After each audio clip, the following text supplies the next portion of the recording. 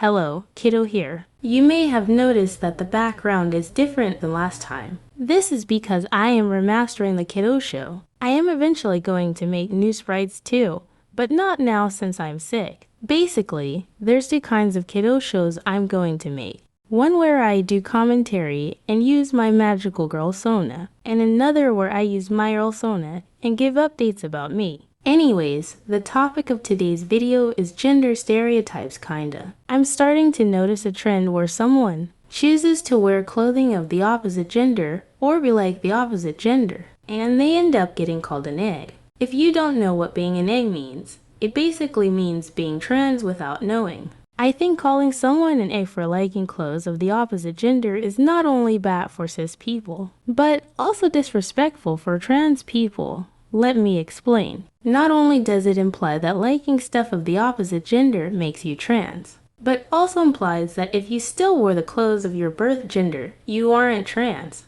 I don't think I need to explain why this is harmful, but I will anyway. I have seen many trans femboys, tomboys, who like wearing the clothes of their lgbtqia, but still identify as trans.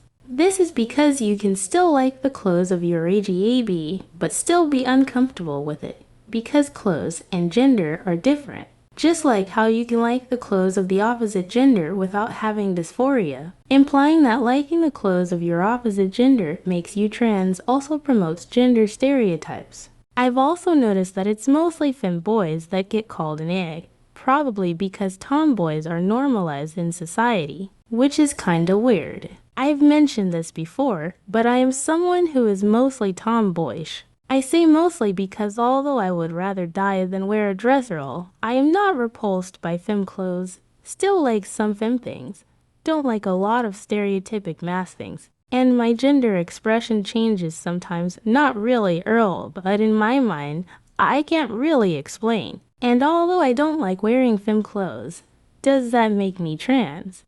No, because clothing and preferences don't define gender. Because I've never had dysphoria, although I'm not fully cis, I'm also partially apagender. All calling gender non-conforming people an egg does is promote the gender stereotypes the lgbtqia+ community claims to be against. And as I said, is also harmful to our own community.